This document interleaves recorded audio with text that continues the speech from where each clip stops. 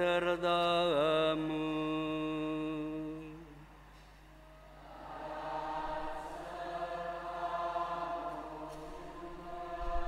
Inilah Injil Yesus Kristus menurut Santo Matius.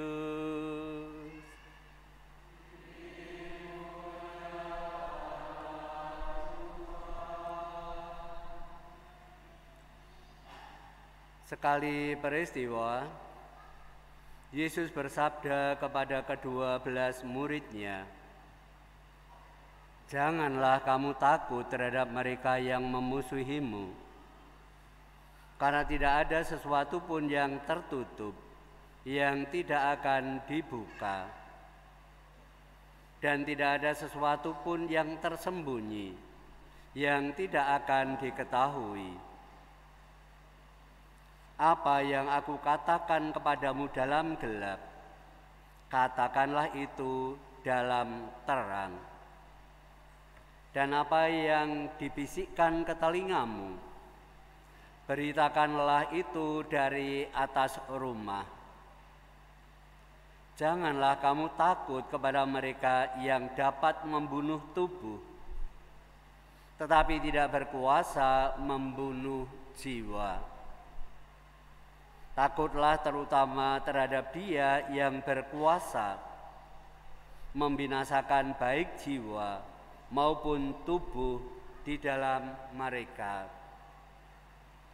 Bukankah burung pipit dijual 2 ekor seharga 1 keping uang terkecil? Namun seekor pun tidak akan jatuh ke bumi di luar kehendak Bapamu. Dan kamu, rambut kepalamu pun terhitung semuanya. Karena itu janganlah kamu takut, sebab kamu lebih berharga daripada banyak burung pipit. Setiap orang yang mengakui aku di depan manusia, aku juga akan mengakuinya di depan Bapa-Ku yang di surga. Tetapi siapa saja yang menyangkal aku di depan manusia, aku juga akan menyangkalnya di depan Bapa-Ku yang di surga." Demikian sabda Tuhan.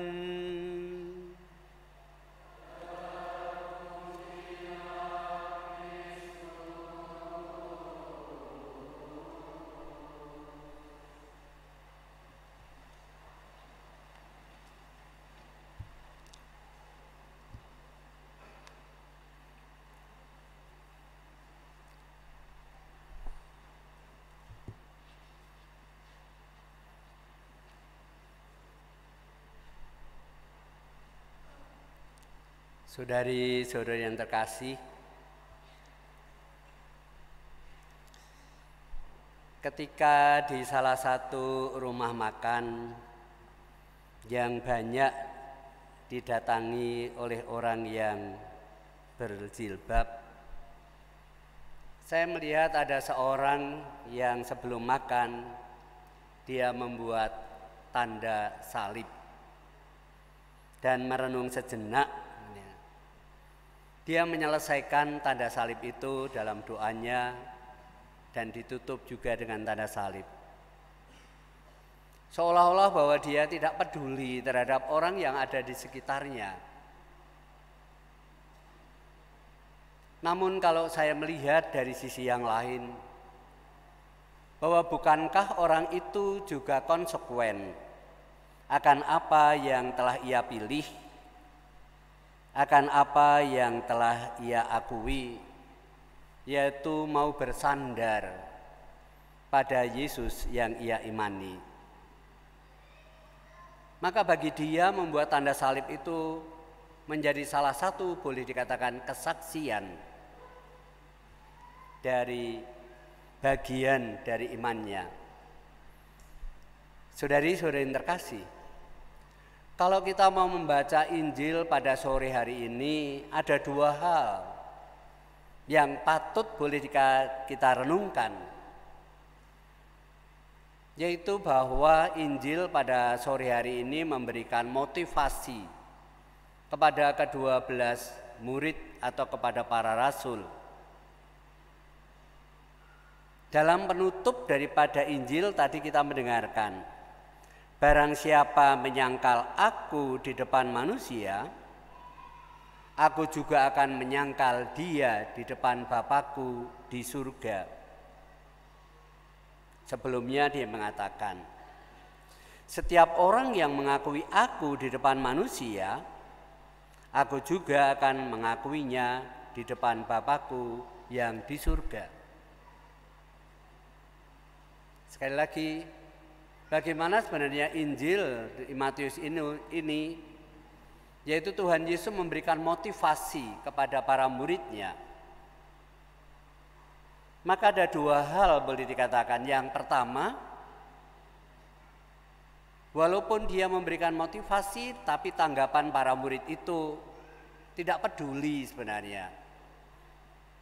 Tidak mau dan tidak sanggup untuk memberikan suatu kesaksian.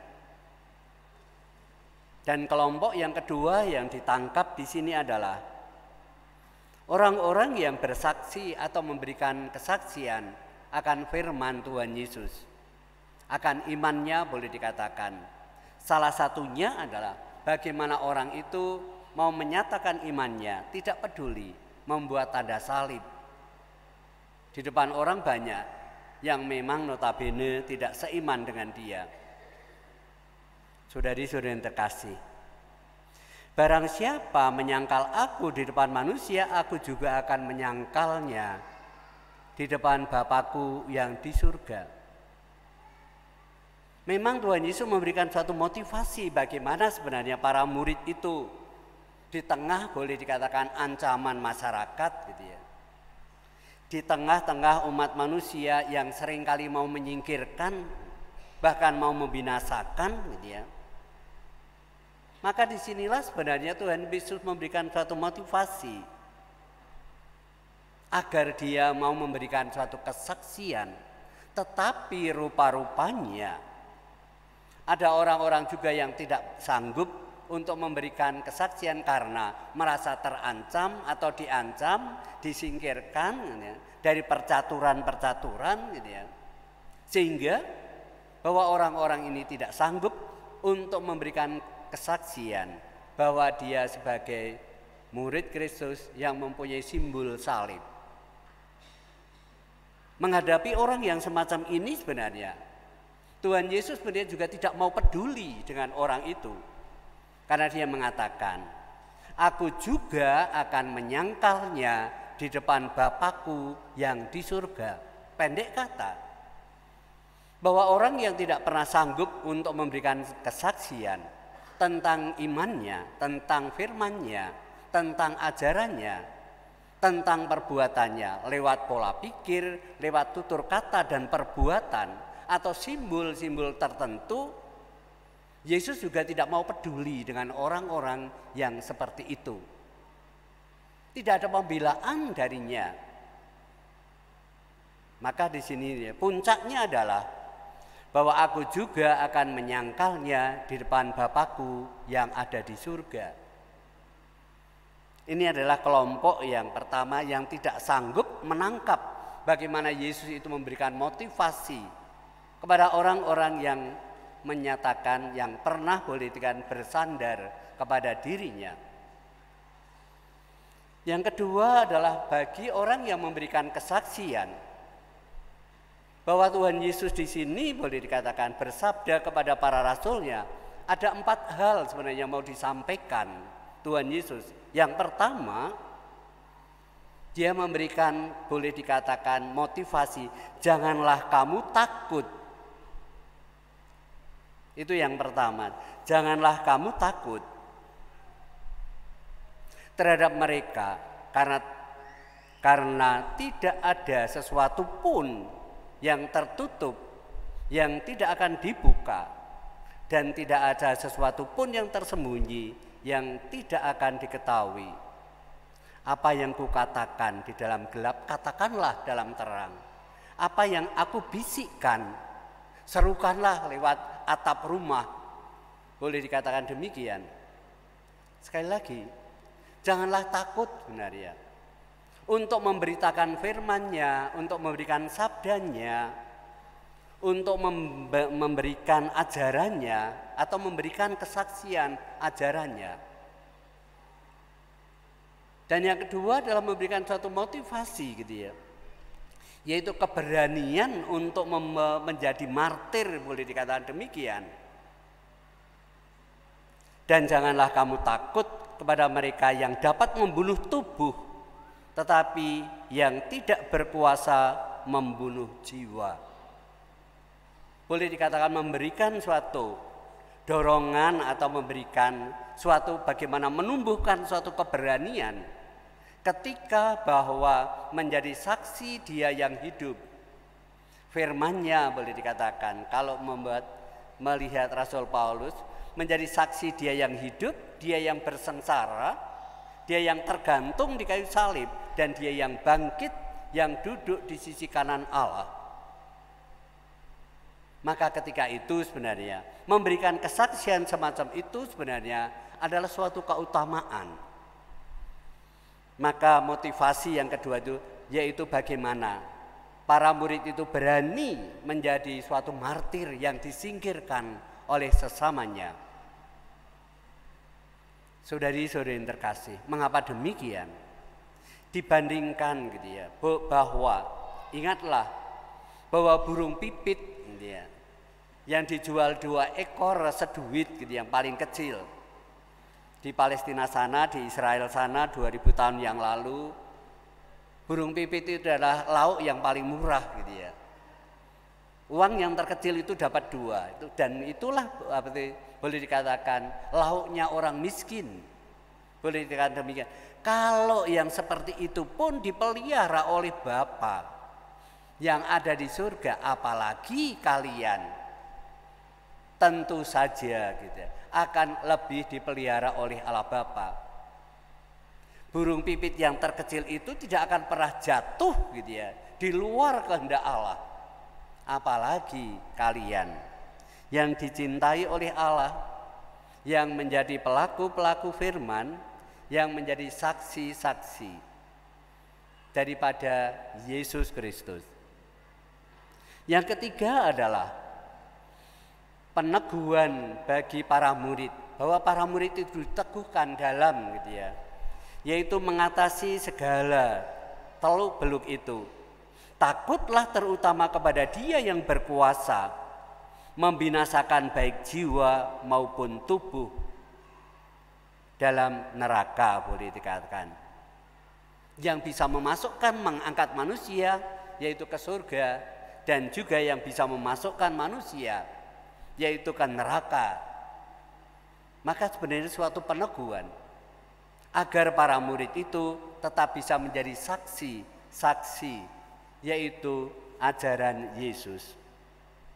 Dan yang terakhir sebenarnya bahwa suatu penghakiman yang boleh dikatakan mengakui atau menyangkalnya.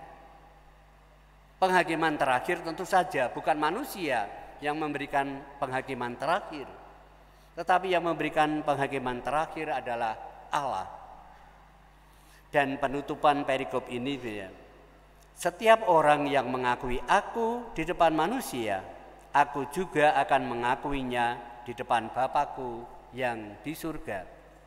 Janji Tuhan Yesus kepada orang yang mau bersaksi tentang dirinya, tentang firman-Nya, tentang ajarannya, tentang tindakannya. Ketika dia menyelesaikan tugas-tugasnya itu, akan diakui juga di depan Allah Bapa di surga. Tetapi sebaliknya, barang siapa menyangkal aku di depan manusia, aku juga akan menyangkal dia di depan Bapakku yang di surga.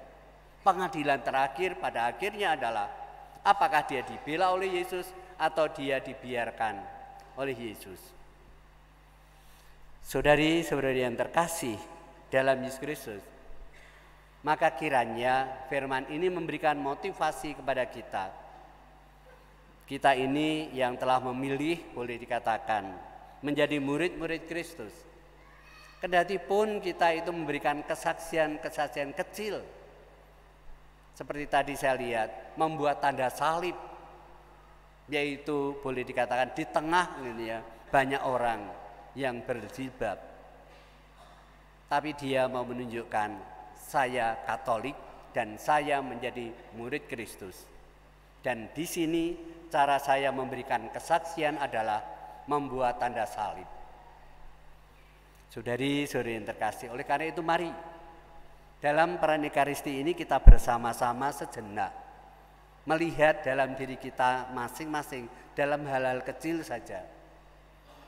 Apakah kita juga melakukan hal yang semacam itu ketika kita di tengah-tengah orang banyak yang bukan Katolik? Sanggupkah kita memberikan suatu kesaksian yang kecil saja membuat tanda salib itu? Mari kita bertanya dalam diri kita masing-masing. Setiap orang yang mengakui aku di depan manusia, aku juga akan mengakuinya di depan Bapa-Ku yang di surga. Barang siapa menyangkal aku di depan manusia, aku juga akan menyangkal di depan Bapa-Ku yang di surga. Tuhan memberkati.